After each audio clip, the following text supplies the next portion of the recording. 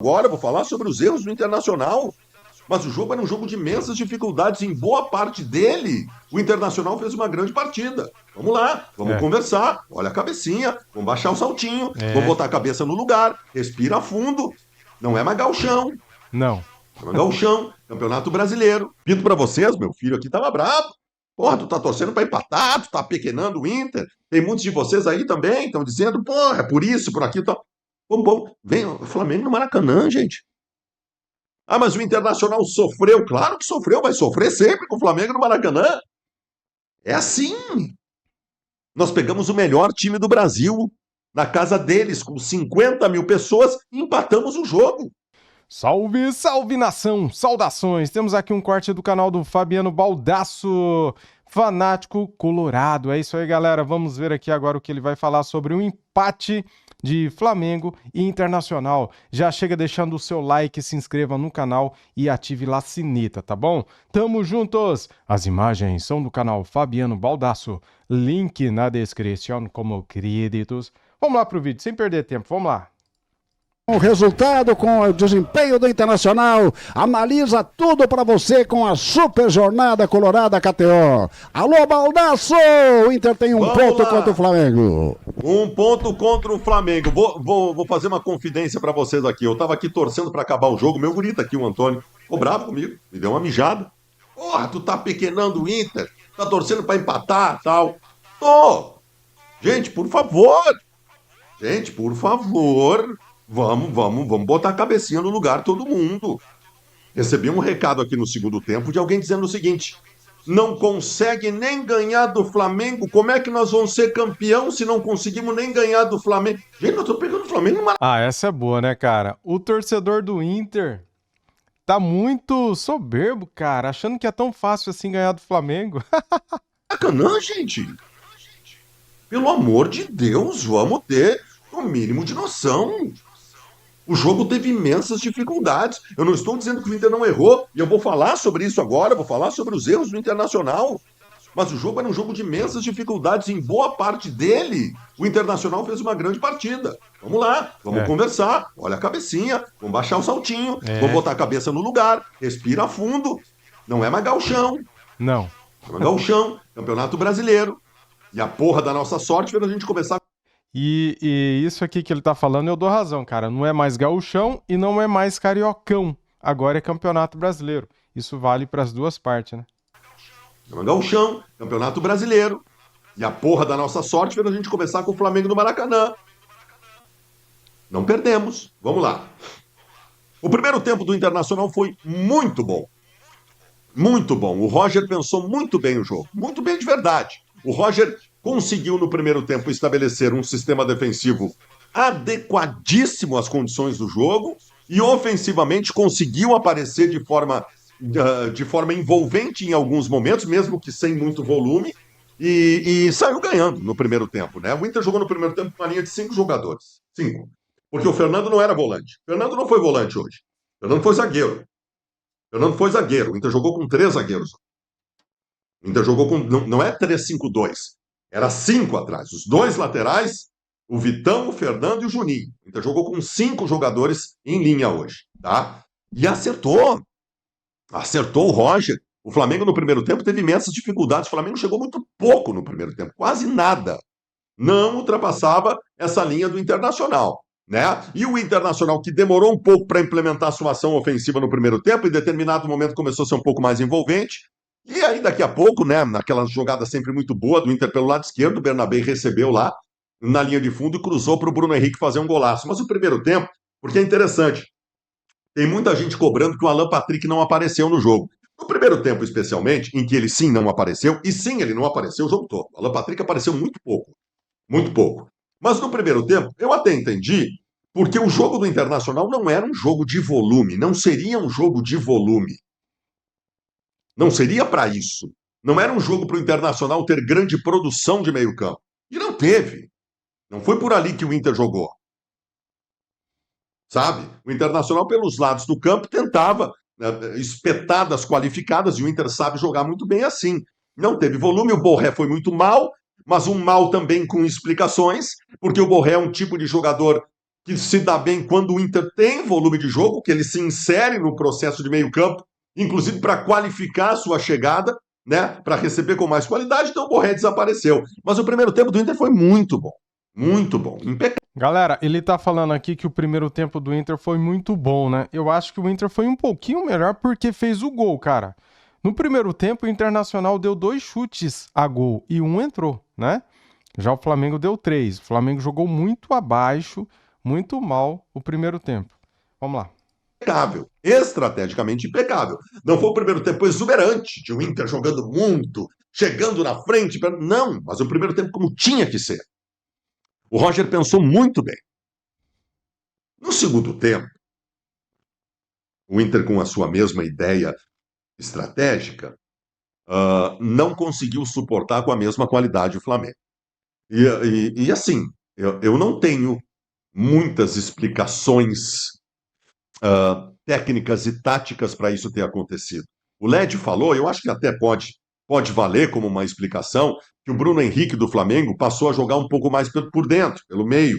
E isso, de alguma forma, fez com que o Flamengo tivesse mais qualidade. Mas eu acho que essa não é a explicação completa. Eu quero partir para aquela coisa que eu não gosto muito de usar, porque ela parece preguiça de análise. Mas o Inter, em algum momento do segundo tempo, esteve desligado. Desligado. O Inter teve um apagão de 10 minutos que poderia ter entregado uma vitória para o Flamengo. O Flamengo empata o jogo numa bola, mais uma vez vindo de bola parada, né?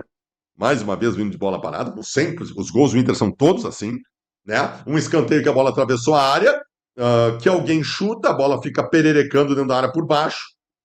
Evidentemente houve falha do sistema defensivo do Inter e o Léo Pereira empata o jogo.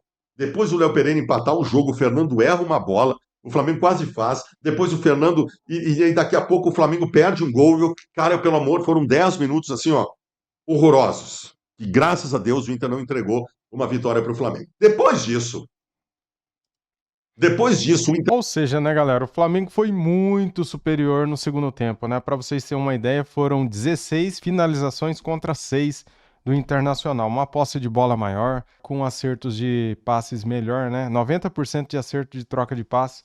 O Flamengo foi muito superior, cara. Teve bola na trave do Juninho, o Flamengo conseguiu se impor no segundo tempo. Só que a nossa finalização tá falhando muito. Os nossos atacantes e meias atacantes não conseguem fazer o gol, cara. É muito preciosismo, tem hora. E o Juninho perdeu um gol incrível, né? Vamos lá. Uma vitória para o Flamengo. Depois disso, o Internacional se propôs a um tipo de jogo. O Internacional foi abandonando a sua questão ofensiva. E eu critiquei isso, porque o Flamengo estava permanentemente no nosso campo. Permanentemente, o tempo todo. Batendo, uma hora ia entrar, né? E daqui a pouco, aos 28 minutos, o Roger fez eu perder a esperança de que o Internacional pudesse ter uma retenção de bola na frente e uma presença ofensiva. Quando o Roger coloca o Thiago Maia e tira o Wesley. Ali eu dei até risada junto com o Léo e falei, bom, acabou.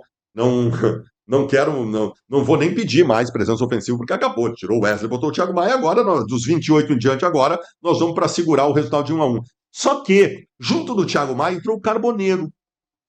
E o Carboneiro entrou muito bem. E o Carboneiro acabou virando, mesmo com o Internacional focado em defender e segurar o empate, o Carboneiro virou um escape ofensivo bem interessante. Entrou muito bem o Carboneiro. E a gente passou a ter, quando eu não imaginava mais, a gente passou a ter uma ação ofensiva.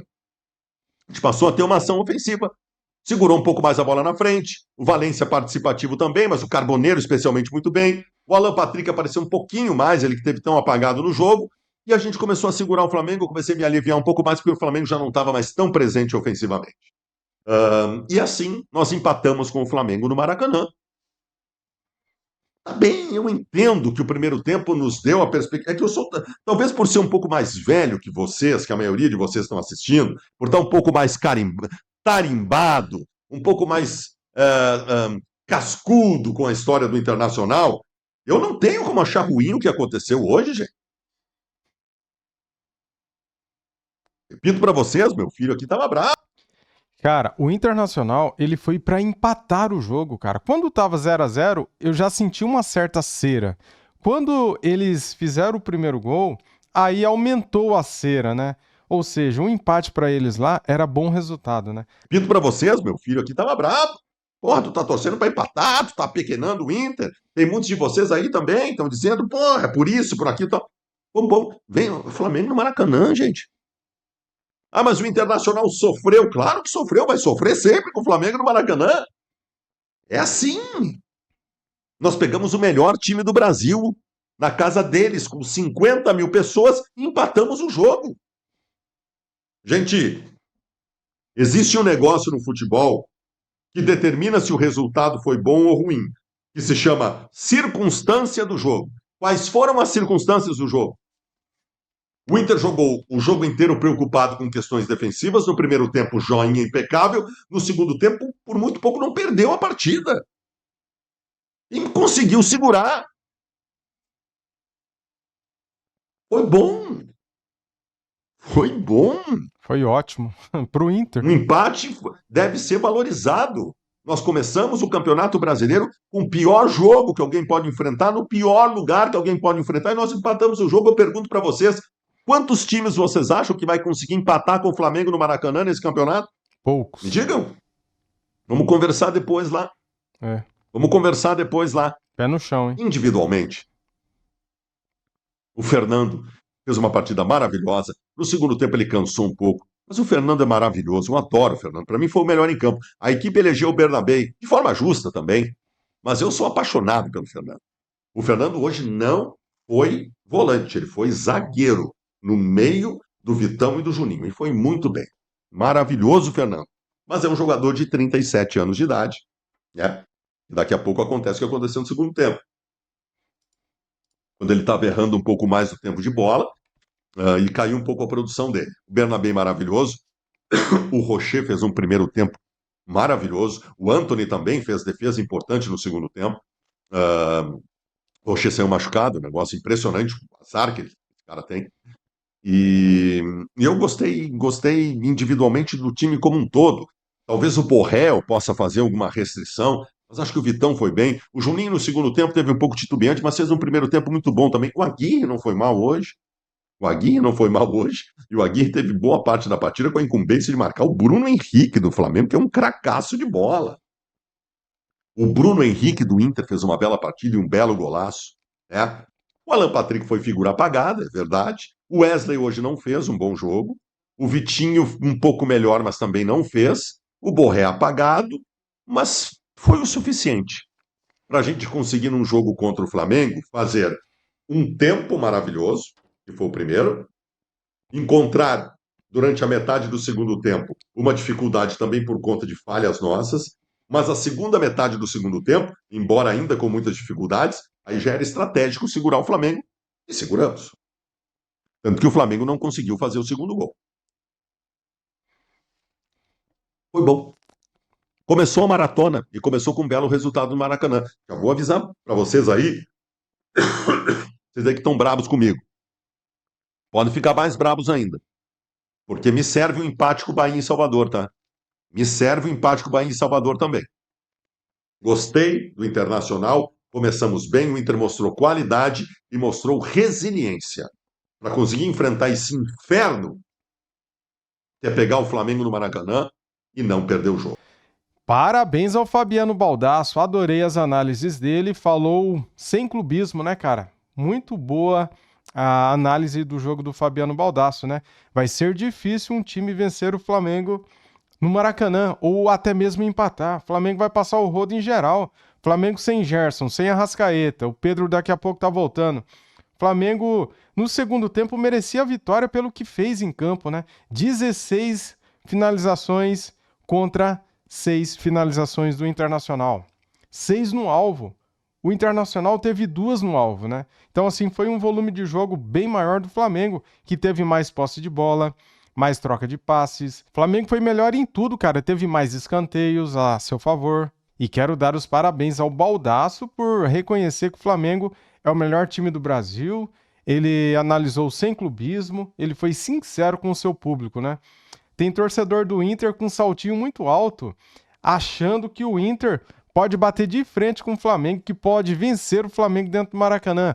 Tá, poderia até acontecer, mas não aconteceu. As maiores chances de vencer o jogo foram do Flamengo, né? Que teve bola na trave, o Juninho tirou demais o goleiro, né, galera? Nós tínhamos totais condições de ter virado o jogo ontem no segundo tempo. Infelizmente, a bola bateu na trave e não entrou, né? Poxa vida, hein, Juninho? Como que você me perde um gol desse, cara? Caramba, eu fiquei triste, mas é isso, galera. Quando o Mengão tiver completo, vai ser difícil bater o Flamengo no Maracanã e fora também. Cara, é o seguinte, a próxima rodada agora, o Flamengo vai pegar o Vitória fora de casa no próximo domingo, às 18h30. E o Flamengo tem que vencer esse jogo, porque assim, ó, para pensar em título, você tem que calcular mais ou menos 2 pontos por jogo. Vencer em casa, empatar fora. Como empatamos em casa na primeira rodada, agora na segunda rodada o Flamengo tem a obrigação de vencer o Vitória para computar 3 pontos, ficar com uma média de 2 pontos por jogo, né? 4 pontinhos em 2 jogos, essa é a média para pensar em título. O Flamengo tem que vencer o Vitória agora, fora de casa, no próximo domingo.